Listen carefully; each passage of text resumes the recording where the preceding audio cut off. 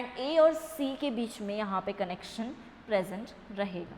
ठीक है, तो आई होप ये स्ट्रक्चर आपको बहुत अच्छे से चीज़ों को एक्सप्लेन कर रहा है। सेम तरीके से हमने देखा सीलिया फ्लैजिला के स्ट्रक्चर्स अलग अलग तरीके से प्रेजेंट हो सकते हैं। दैट मीन्स ए ट्यूब्यूल या बी ट्यूब्यूल जो हैं वो आउटर डबलेट माइक्रो ट्यूब्यूल भी बोल सकते हैं हम।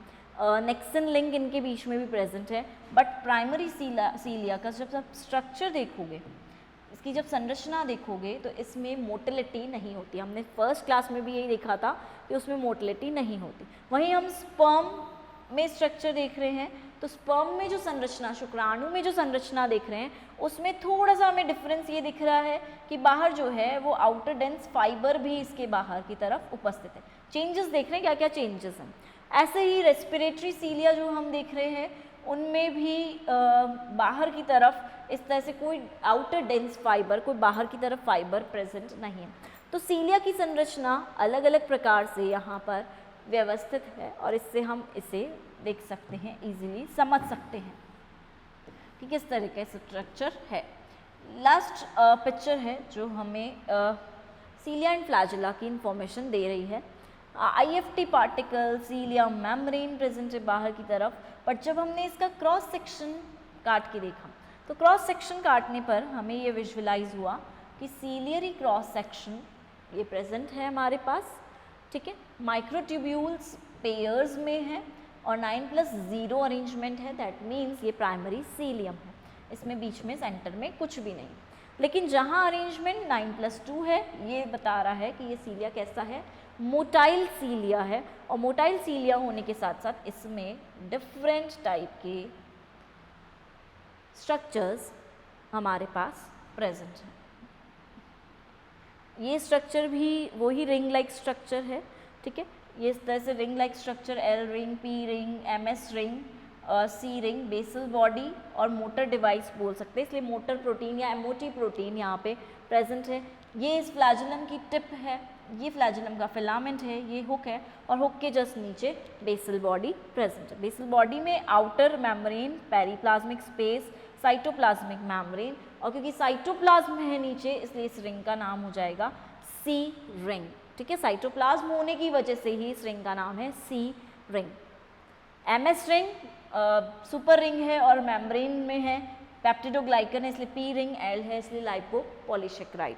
तो इस तरह से एक नॉर्मल फ्लैजिला प्रेजेंट होता है जिसकी टिप होती है, फिलामेंट होता है, ठीक है, फ्लैजिलिन प्रोटीन्स का बनता है, हुक होता है एंड पूरी की पूरी नीचे बेसल बॉडी मोटर डिवाइस की तरह प्रेजेंट रहती है, जहाँ से एक्चुअल में फ्लैजिला अराइज करता है। राइट, तो ये स्ट्रक्चर हमें क्लियर है। अब एक बार हम कार्टव्हील स्ट्रक्चर को देख लेते हैं जिससे हमें और अच्छे से क्लियर हो जाएगी चीज़।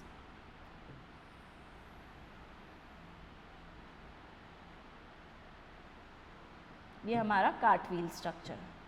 सीलिया का ही स्ट्रक्चर देखते हैं। एक्चुअल में ये शैफ्ट का स्ट्रक्चर है, तो जनरली जो हम स्ट्रक्चर बनाते हैं वो हम शैफ्ट का ही स्ट्रक्चर बनाते हैं। हम मार्क कर लेंगे कितने होते हैं हमारे पास, 9 होते हैं।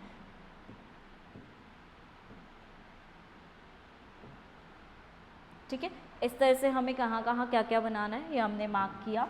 जनरली ए जो सब फाइबर है वो छोटा होता है, बी बड़ा होता है और बी इनकम्प्लीट भी होता है। इसी तरीके से मैं बना रही हूँ ए सब फाइबर छोटा, बी सब फाइबर बड़ा, ए सब फाइबर छोटा, बी सब फाइबर बड़ा। ठीक है, बन गई हमारी स्ट्रक्चर। बनाने 9 ही हैं क्योंकि अरेंजमेंट कैसा है 9+2। इस तरह से मैंने बना दिया। नंबरिंग कर देते हैं ताकि हमें और इजी रहे। 1 2 3 4 5 6 7 8 9। ठीक है, अब नंबरिंग करने के बाद याद हमेशा रखिएगा कि बिल्कुल सेंटर में भी 2 ट्यूब्यूल्स हैं और 2 ट्यूब्यूल्स जो हैं वो एक दूसरे से इंटरकनेक्टेड है। अभी देखा था हमने स्ट्रक्चर, तो ये एक दूसरे से इंटरकनेक्टेड रहेंगे। दूसरी इंपॉर्टेंट चीज़, जो ए सब फाइबर है उसी से आगे जाकर स्ट्रक्चर आगे बढ़ रहे हैं। इस तरह से आगे बढ़ रहे हैं।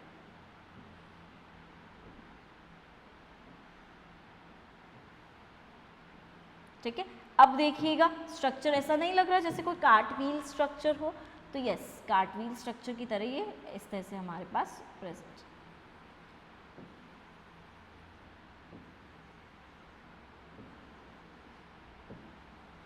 जब आप प्रॉपर स्ट्रक्चर को देखेंगे तो आपको चीज़ें और क्लैरिफाई हो जाएंगी। ठीक है, कि किस तरह से चीज़ें स्ट्रक्चर्स यहाँ पर प्रेजेंट है। अब देखोगे ये जो है ये भी एक दूसरे से कनेक्टेड है। ठीक है, लिंक्ड है, ये एक दूसरे से कनेक्टेड हैं। हम डॉटेड डॉटेड लाइन से भी बना सकते हैं या हम पूरी की पूरी लाइन को भी बना सकते हैं। इस तरह से देखेंगे कनेक्टेड है। और कनेक्टेड होने के साथ साथ देखोगे कि बाहर की साइड, अंदर की साइड भी और बाहर की साइड भी कुछ स्ट्रक्चर्स दिख रहे हैं हमें।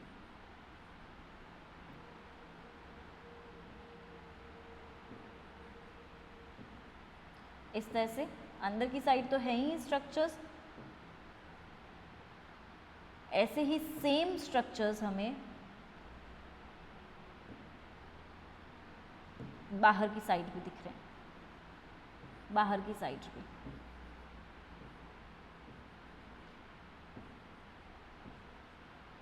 ठीक है, इस तरह से स्ट्रक्चर दिख गया।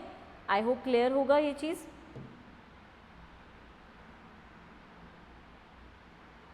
ठीक है, नाउ अब हम इजीली मार्क कर सकते हैं इन स्ट्रक्चर्स को। क्या क्या प्रेजेंट है, सबसे पहले बात करेंगे आउटर साइड में, आउटर डाइनिन आर्म। ठीक है, आउटर साइड में प्रेजेंट है इसलिए outer dynein arm.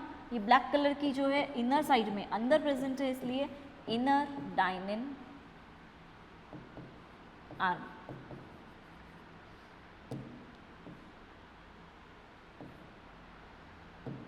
Inner dynein arm. ठीक है, अब ये सारी डाइनिन आर्म्स तो हैं, इसके साथ कनेक्शन भी है, तो कनेक्शन को हम बोल देंगे नेक्सन कनेक्शन। ठीक है, कनेक्शन को हम बोल देंगे नेक्सन कनेक्शन। ऐसे ही यहाँ पर स्पोक्स हेड हैं, स्पोक हेड प्रेजेंट है तो ये हो जाएगा स्पोक हेड। ऐसे ही रेडियल स्पोक प्रेजेंट है तो यहाँ पे हो जाएगा ये रेडियल स्पोक, यहाँ पर हो जाएगा। ठीक है, ऐसे ही बीच में ये हम बोल देंगे डबलेट। ठीक है, microtubule M, microtubule doublet present है। डबलेट ए सब फाइबर है, सब फाइबर ए है और ये है सब फाइबर बी प्रेजेंट है। ठीक है, और यहाँ पर सिंगलेट, सिंगलेट माइक्रोट्यूब्यूल है। पहली बात सेंटर में प्रेजेंट है तो सेंट्रल शीथ भी प्रेजेंट रहेगी चारों तरफ, तो इसे हम बोल देंगे सेंट्रल शीथ, जो बाहर की तरफ प्रेजेंट है। सेंट्रल शीथ के अंदर की तरफ जो दो है फाइबर्स प्रेजेंट, उन्हें हम C1 सेंट्रल फाइबर्स हैं, C1 C2 से भी डिनोट कर सकते हैं। तो इस तरह का स्ट्रक्चर हमें मिल जाता है। ठीक है, वहीं अपन अगर बात करेंगे किसकी, बेसल बॉडी के स्ट्रक्चर की, तो बेसल बॉडी का स्ट्रक्चर हमें दिखता है कुछ इस तरह से। देख लेंगे वही बाहर वाली जो मेम्ब्रेन है सेल मेम्ब्रेन हो जाएगी, इसी तरह से अरेंज रहेंगे, बट यहाँ पर हमें 3 मिलेंगे।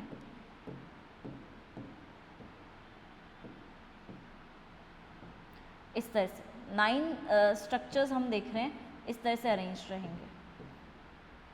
ठीक है, बट माइक्रोट्यूब्यूल्स जो हैं वो सिंगलेट फॉर्म में रहेंगे, बीच में सेंटर में कुछ भी नहीं है। याद रखिएगा माइक्रोट्यूब्यूल्स यहाँ पे ट्रिपलेट के फॉर्म में है।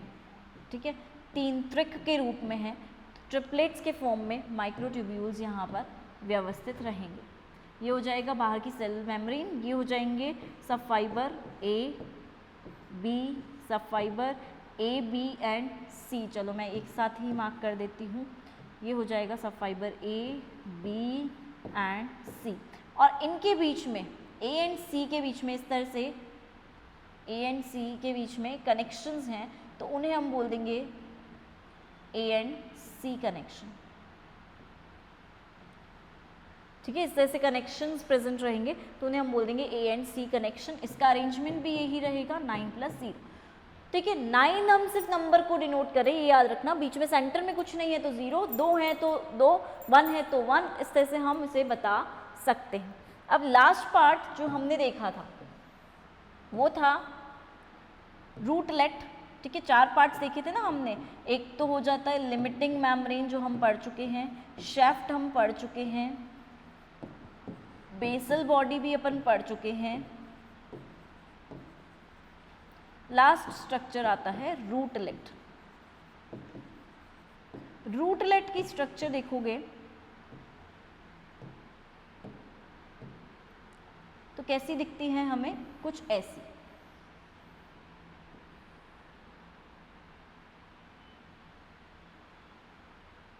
कुछ इस तरह से स्ट्रक्चर्स दिखेंगी, बीच बीच में इनमें क्या रहेंगे, बेसल बॉडी से अटैच रहेगी ये स्ट्रक्चर, बीच बीच में स्ट्रिएशंस मिलेंगे, ये पॉइंटेड रहेंगे।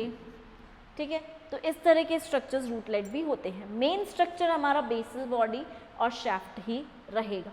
ठीक है, बेसल बॉडी से ही रूटलेट अरेंज्ड रहते हैं, अटैच्ड रहते हैं। नाउ इसी में हम देख लेते हैं इसकी केमिकल कंपोजिशन। फ्लैजेला एंड सीलिया दोनों की केमिकल कंपोजिशन देख लेते हैं, रासायनिक किस तरह से रसायन इसके अंदर उपस्थित रहते हैं। तो कौन कौन रहते हैं, प्रोटीन्स रहते हैं। ठीक है, प्रोटीन्स के साथ कुछ कार्बोहाइड्रेट्स भी रहते हैं इसमें, इनमें उपस्थित।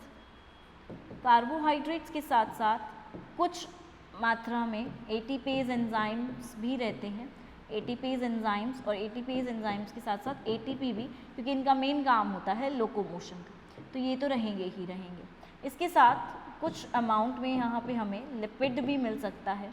जैसा हमने फ्लैजेला में देखा था मेम्ब्रेन होती है, तो मेम्ब्रेन के पास पास हमें लिपिड की मात्रा भी मिल सकती है। प्रोटीन्स की जब हम बात करते हैं तो विभिन्न प्रकार के प्रोटीन्स हो सकते हैं, और विभिन्न प्रकार के प्रोटीन्स में आता है हमारा डाइनिन, नेक्सिन। ठीक है, डाइनिन दोनों तरफ आर्म्स होते हैं, मूवमेंट में हेल्प करते हैं, नेक्सिन कनेक्शन में हेल्प करते हैं।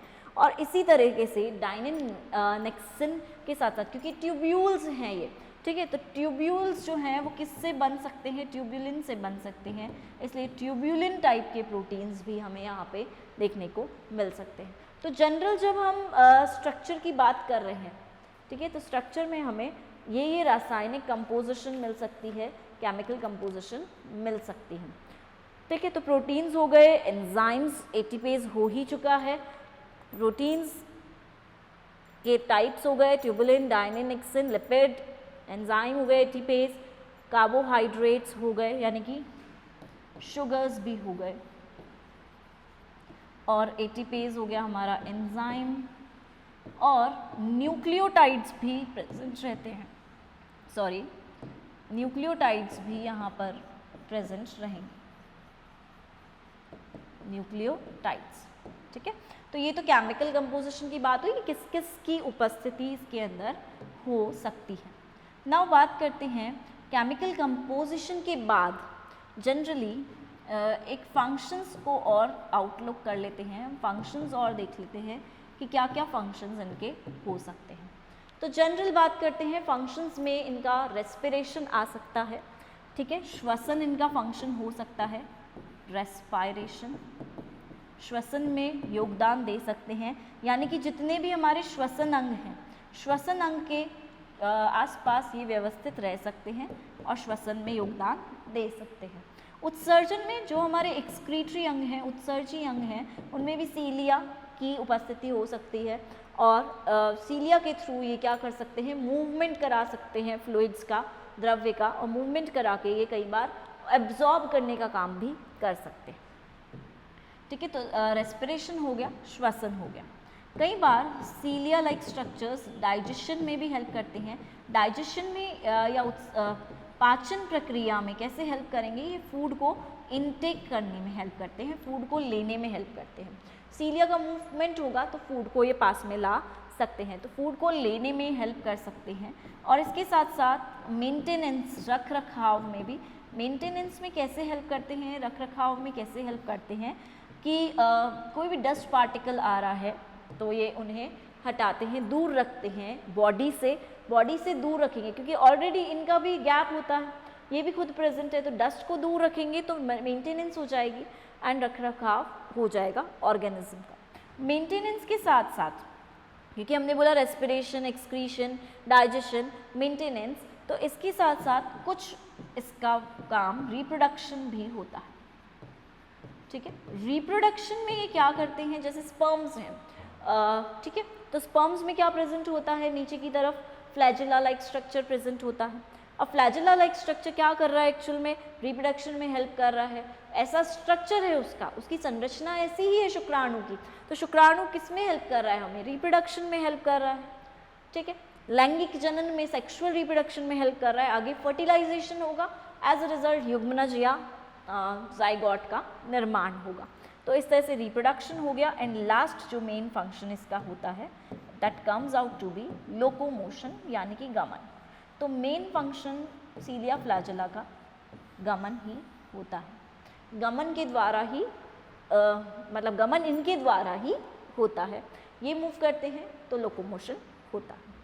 Thank you class for patiently listening me. आप प्लीज़ इन फंक्शंस को देख लीजिएगा। एंड मेन चीज़ जो है वो है हमारा कार्टव्हील स्ट्रक्चर, तो आप उसको भी ऑब्जर्व कर लीजिएगा।